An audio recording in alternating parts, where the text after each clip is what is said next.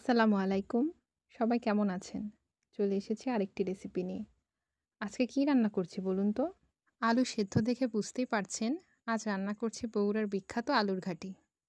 তো এদিকে চুলা জ্বালিয়ে আমি আলু সিদ্ধ চড়িয়ে দিয়েছি। আমার আলু সিদ্ধ কিন্তু প্রায় হয়ে এসেছে।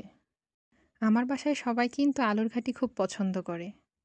আপনাদের কেমন লাগে আমাকে কমেন্টে অবশ্যই জানাবেন। এদিকে আমরা মাংস ভুনার জন্য উপকরণগুলো রেডি করে নিই। লাগবে মরিচ, পেঁয়াজ কুচি, আদা রসুন বাটা, 1.5 কেজির মতো মাংস নিয়েছি গরম মশলা। এবার হাঁড়িটি চুলায় চড়িয়ে দিলাম, দিয়ে দিলাম তেল। তেল একটু গরম হলে এবার একে একে দিয়ে দিব এর মধ্যে মাংস, কাঁচামরিচ, পেঁয়াজ, আদা রসুন বাটা, গরম মশলা, হলুদ, মরিচ, জিরা ও ধনে গুঁড়ো। এবার দিয়ে দিব লবণ। লবণটা আপনারা স্বাদ অনুযায়ী দেবেন। এবার সবগুলো উপকরণ ভালো করে নেড়ে নিচ্ছি। মাংস কষাতে বসিয়ে দিয়েছি। এবার আমরা আলুর খোসাগুলো ছিলে নিব। এখানে আমি, আমার শাশুড়ি ও আমার যা 3 জন মিলেই কাজটি করছি। এখানে আলু ছিলতে ছিলতে আমরা একটু সাংসারিক গল্প করছিলাম।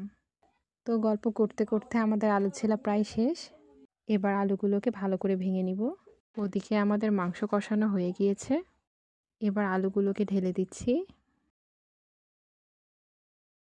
এবার আলুর সাথে মাংসটাকে ভালো করে কষিয়ে নিব। এক পর্যায়ে এরকম আঠালো হয়ে আসবে। এবার গরম পানি ঢেলে দিচ্ছি পরিমাণ মতো। পানিটা আপনারা একটু বুঝে দিবেন।